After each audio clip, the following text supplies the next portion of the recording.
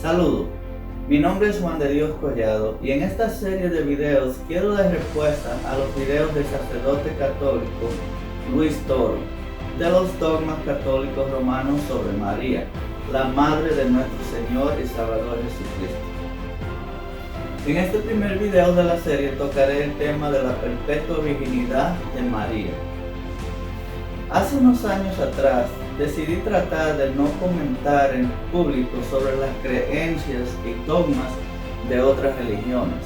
Esto quizás debido a lo difícil que es para muchas personas escuchar algo contrario o comprender el error en el que pueden estar algunas denominaciones y sobre todo que desde niños le han enseñado sus padres.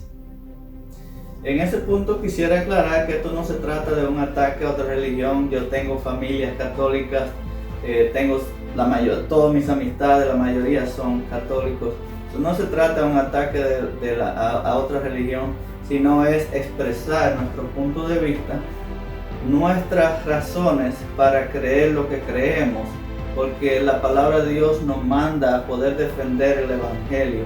Y nuestra posición es que debemos seguir el Evangelio según nos lo entregaron los apóstoles y Jesús en ese tiempo. Y la guía más sencilla para eso es seguir lo que dice la palabra de Dios, no lo que dicen las tradiciones de hombres. Quisiera pedirles a todos ustedes, primero, una mente abierta, porque nadie puede aprender si lo que busca es confirmar lo que ya cree en vez de buscar la verdad.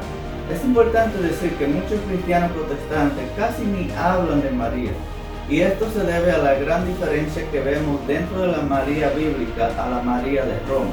María fue una mujer ejemplar, obediente de Dios y humilde, con un gran propósito: traer a este plano físico a nuestro Señor Jesús. Debemos darle todo el respeto que se merece, pero sin llegar a servirle, venerarles o adorarle como si fuera un Dios, como si fuera Dios, o peor aún, por encima de Dios.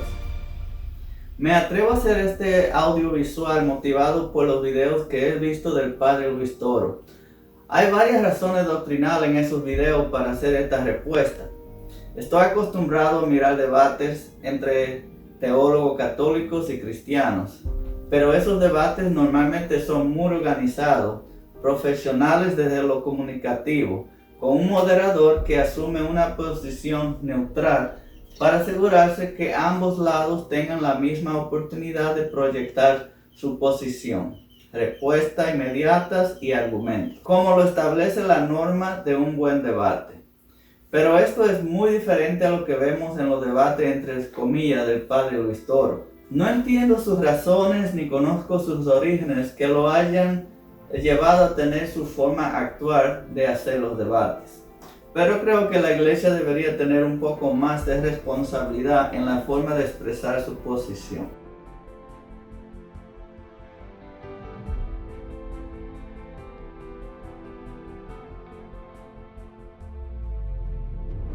Vamos a tratar primero el tema de la perpetua virginidad de María, el cual es de suma importancia para Roma elevar a María a un estado tan grande que en los últimos tiempos se escucha más el nombre de María que el de nuestro Señor Jesús en las oraciones católicas. Casi ningún católico puede despedirse de ti sin decirte: vaya con Dios y María, como si Dios no fuera protección suficiente y ella estuviese a un mismo nivel de infinito poder. En el tema de la perpetua virginidad de María, vamos primero a tratar la postura del padre Luis Toro. Para él, los hermanos de Jesús mencionados en la Biblia son solo hermanos espirituales de Jesús, no hermanos de carne. Pero si vemos en la Biblia, Jesús hace una diferencia entre los hermanos espirituales y sus hermanos carnales. Los hermanos y hermanas carnales están afuera de la casa con María, y Jesús dice que sus hermanos y hermanas espirituales son los que están dentro de la casa con Él. El padre Luis Toro está contradiciendo lo que Jesús mismo dijo en la palabra. En los videos del padre Luis Toro, él exige al representante cristiano que busque una cita bíblica donde se diga que María tuvo más hijos. Esto no es una postura lógica ya que es a Roma quien le corresponde demostrar que el sentido literario o normal de la escritura no es lo que deberíamos aceptar como verdad. Me explico. Cuando leemos la Biblia sin ningún prejuicio, cualquier persona quedaría convencido de que el matrimonio de María y José era un matrimonio normal de hombre y mujer que tuvieron relaciones sexuales. Claro, después de tener a su primogénito nuestro Señor Jesús.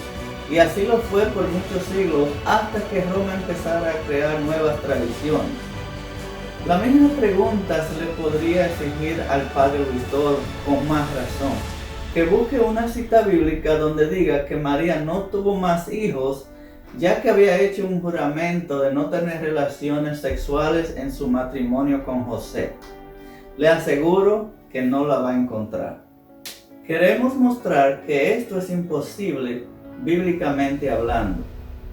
Algunos católicos romanos dicen que estos hermanos en realidad fueron primos de Jesús, ya que la palabra primo no existía en el arameo. Pero el problema para ellos es que el Nuevo Testamento no se escribió en arameo, sino en griego. En el griego, adelphos significa hermano, y el término amnetsios significa primo. En la Biblia, cuando habla de los hermanos y hermanas de Jesús, el término que se utilizaba es adelphos. En cada caso es usada la palabra griega específica para hermano. Mientras que la palabra puede referirse a otros parientes, su significado normal y literal es el de un hermano directo. Había una palabra griega para primo y no fue la utilizada. Más aún, si hubieran sido primos de Jesús, ¿por qué son mencionados con tanta frecuencia como acompañantes de María, la madre de Jesús? No hay nada en el contexto de la visita de su madre y hermanos que sugiera que no fueran literalmente su familia en la carne, es decir, sus hermanos. Lo básico de la doctrina de la perpetua virginidad de acuerdo a Roma se puede resumir en que no solo fue María virgen antes y después de concepción de Cristo, pero que también quedó virgen durante el nacimiento de Jesús y por el resto de su vida. El Nuevo Testamento no sugiere nada sobre esto y tampoco podemos encontrar ninguna evidencia de que el matrimonio de José y María no estaba destinado a ser un matrimonio normal entre esposo y esposa. Analicemos el primer versículo, Mateo 1:18. El nacimiento de Jesucristo fue así. Estando desposada María, su madre, con José, antes que se juntasen, se halló que había concebido del Espíritu Santo. Este versículo no tendría sentido si el matrimonio de María y José no era un matrimonio de relaciones normales entre marido y mujer. Es evidente que hasta estos acontecimientos, ambos, María, José y también Mateo, esperaban un matrimonio normal. El mismo pensamiento sigue hasta Mateo 1:25. Vamos a leer de 1:24 al 25. Y despertando José del sueño, hizo como el ángel del Señor le había mandado, y recibió a su mujer. Pero no la conoció hasta que dio a luz a su hijo primogénito, y le puso por nombre Jesús. Bíblicamente hablando, la palabra conocer en este contexto es tener relaciones sexuales. El padre Luis Toro trata de poner en el versículo 7:14 de Isaías algo que no está. Isaías 7:14 dice así: Dios mismo le va a dar una señal. La joven está embarazada y pronto tendrá un hijo, al que pondrá por nombre Emmanuel, es decir, Dios con nosotros. Cuando aquí dice la Virgen tendrá un hijo, no está diciendo que este es el único hijo que tendrá. Al padre Luis Toro le gusta exigir textos bíblicos explícitos a los cristianos que invita a sus debates, pero cuando le toca su turno de debatir, y como él es el moderador del debate también, pide que leamos dentro del texto cosas que no están ni siquiera de forma implícita, mucho menos explícitamente. Cualquier persona con un poco de entendimiento sabe que aquí no está diciendo que María tuvo solo un hijo, sino que tendría un hijo al cual le pondrían por nombre Emmanuel. Aunque María tuviera más hijos, este texto está bien escrito, si lo tomamos en su contexto y el lenguaje normal según está escrito. Vamos ahora a ver cuál es la postura oficial de Roma sobre los hermanos de Jesús. ¿Cómo tratan el hecho de que María y José estaban casados? Miremos lo que dice el Catecismo Católico en el párrafo 500 sobre ese tema en general. Por cierto, es importante resaltar que en algunos videos, cuando los hermanos cristianos toman cita de estos documentos o catecismos católicos, el padre Luis Toro se exalta, pues no quiere ser confrontado por estas redacciones que hace la propia Iglesia Católica, sino que imponen su supuesto debate que solo se usa en texto bíblico. Y esto es muy extraño, pues los catecismos católicos se supone que son textos educativos de religión, que también están basados en las escrituras. El Catecismo Católico en el párrafo 500 dice así: a esto se objeta a veces que la Escritura menciona unos hermanos y hermanas de Jesús. La Iglesia siempre ha entendido estos pasajes como no referidos a otros hijos de la Virgen María. En efecto, Santiago y José, hermanos de Jesús, son los hijos de una María discípula de Cristo, que se designa de manera significativa como la otra María. Se trata de parientes próximos de Jesús, según una expresión conocida del Antiguo Testamento. Tomen notas. La Iglesia también contradice lo que dice el padre Luis Toro, ya que su posición común no es que son hermanos espirituales. Tratando el hecho de que la Iglesia Católica Romana dice que María había hecho un juramento de no tener relaciones en su matrimonio, examinemos el versículo que utilizan para querer sacar esa conclusión errada.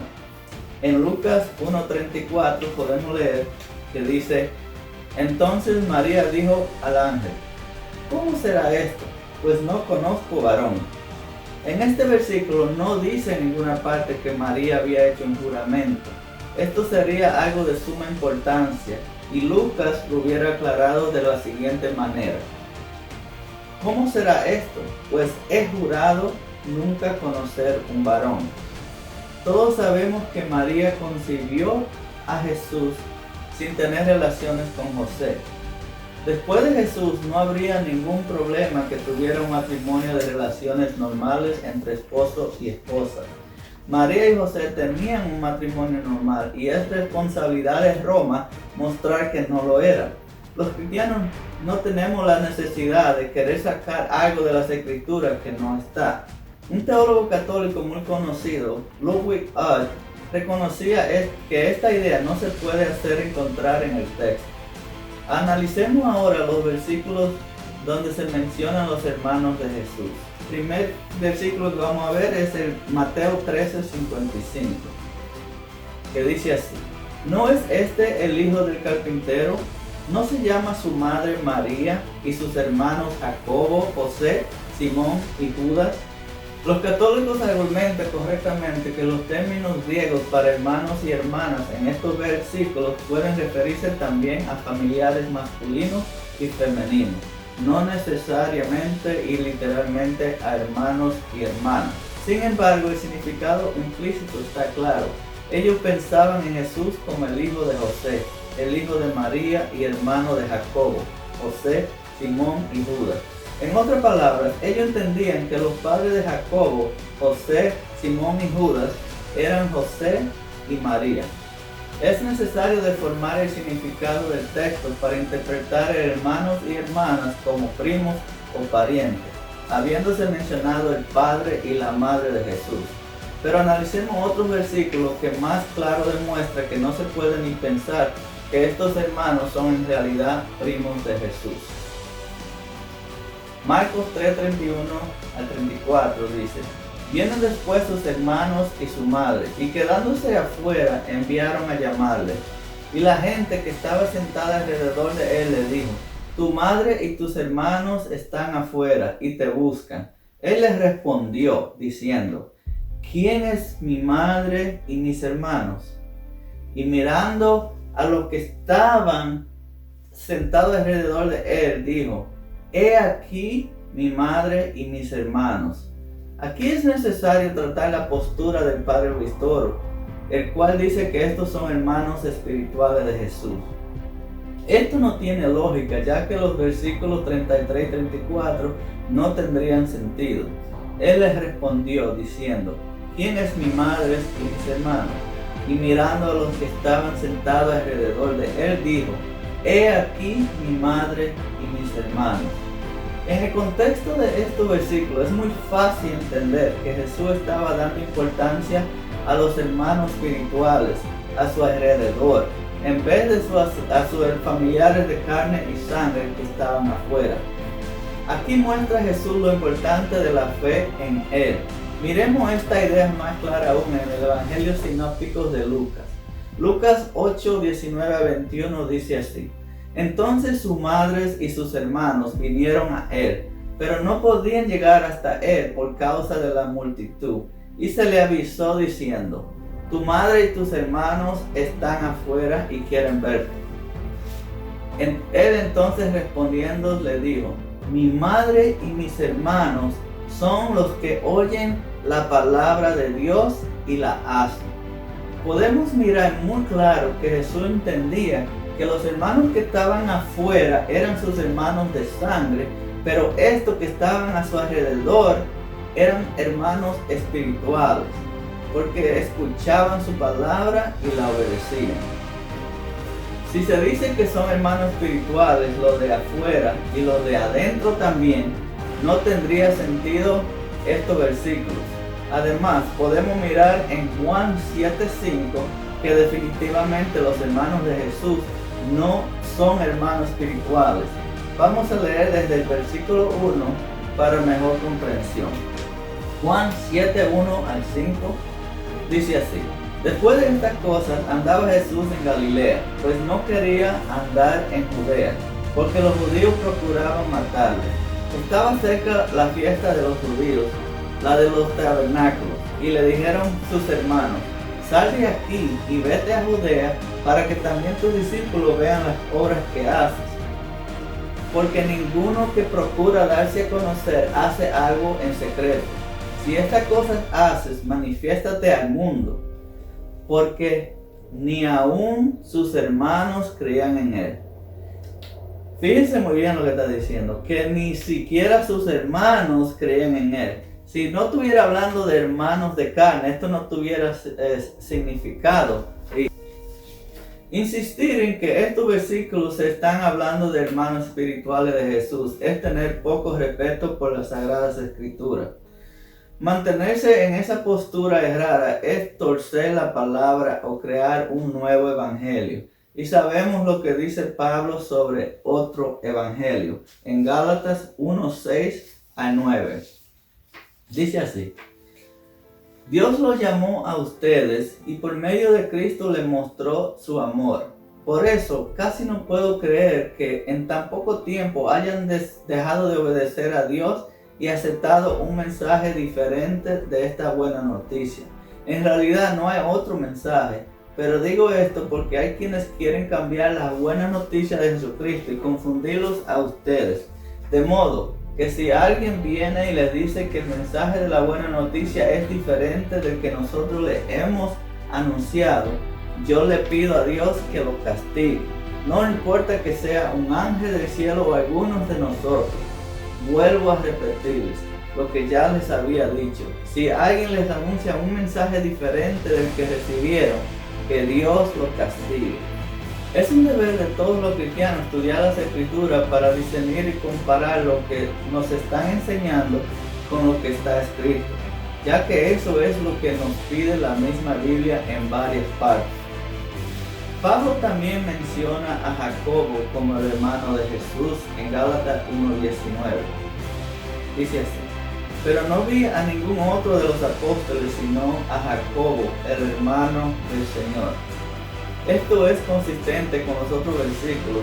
La Biblia insiste en mencionar a estos hermanos en varias partes, como por ejemplo Hechos 1:14 dice así: todo esto perseveraban unánimes en oración y ruego, con las mujeres y con María, la madre de Jesús, y con sus hermanos. De nuevo aquí son mencionados junto a su madre, lo cual es consistente y en contexto para significar los hermanos de sangre de Jesús. En 1 Corintios 9:5 dice así: también tenemos derecho a que nuestra esposa nos acompañe en nuestros viajes.